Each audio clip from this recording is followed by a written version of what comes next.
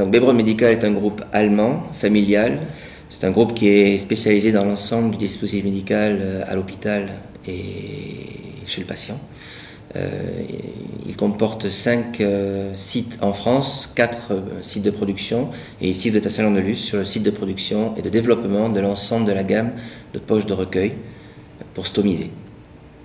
Donc une stomie, ce qu'on appelle stomie, c'est l'aboutement à la peau de l'intestin suite à une opération qui a enlevé une partie de l'intestin pour des raisons ou de maladies chroniques ou de cancer, pour ne citer que cela.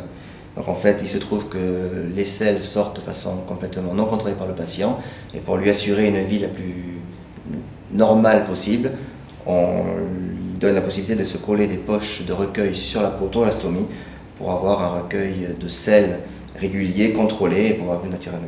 Voilà. Donc ces poches de stomie, vous les avez ici représentées sur ce mannequin. Vous voyez la petite stomie au milieu et les poches de recueil qui est collée autour.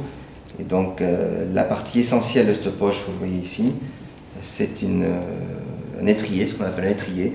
Donc une partie formulée à base de gomme adhésive à température ambiante qui va coller donc sur la peau du patient et qui est à base de copolymère, de résine et de charges hydrocolloïdes qui permettent d'absorber et de permettre au patient d'être en sécurité tout le long du port de cette poche. Donc la particularité de nos gommes, justement, c'est de coller sur la peau, ce qui est quand même très difficile à caractériser intra-laboratoire. C'est pour ça qu'on travaille énormément avec des stomathérapeutes, des infirmiers spécialisés qui nous aident à bien savoir ce que le patient a besoin et qu'est-ce qui se passe réellement lors du port de la poche. Néanmoins, l'important pour nous à terme, c'est d'arriver de plus en plus à caractériser nos gommes en laboratoire jusqu'à l'aboutissement du produit. Et c'est pour cela qu'on essaie de traduire ce que le patient ou le stomathérapeute voit sur le terrain par des tests plus scientifiques de laboratoire. Vous voyez, par exemple, la stomathérapeute, elle va tester le TAC, ce qu'on appelle le TAC, ou l'adhésivité initiale de l'adhésif, qui est très importante pour le patient quand il va utiliser sa poche. Et bien, chez nous avons développé un test qui permet de mesurer l'effet, la force de retrait de la poche sur le ventre du patient, qui nous permet d'avoir une mesure quantifiée à ce qui était plutôt une sensibilisation du patient ou une estimation de ce qu'il ressentait lorsqu'il retirait sa poche. On fait également un test de rhéologie. Il ne faut pas oublier aussi que ce produit, lors du port, va être en contact avec des selles, donc va absorber, donc va quelque part perdre un petit peu de ses propriétés mécaniques.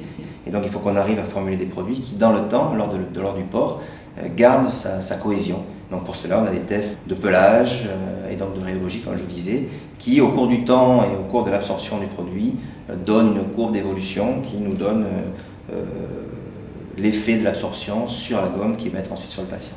Il est très important pour nous d'avoir ce type d'évaluation en laboratoire. On a donc une spécificité qui est la formulation de gomme adhésive au sein de Saint-Jean-de-Luz, du site de Bebron de Saint-Jean-de-Luz. Et c'est très important pour nous d'être en perpétuelle innovation sur ce sujet, puisque c'est vraiment la partie la plus sensible de notre développement.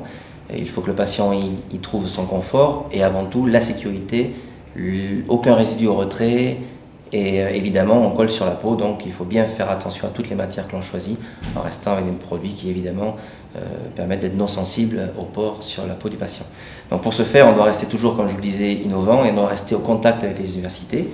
On a chaque année des stagiaires évidemment qui travaillent avec nous, ainsi que il y a quelques années un thésard qui nous a aidé à bien comprendre les phénomènes d'adhésion sur la peau, qui était donc au laboratoire des chimies physiques des polymères de l'Université de Pau.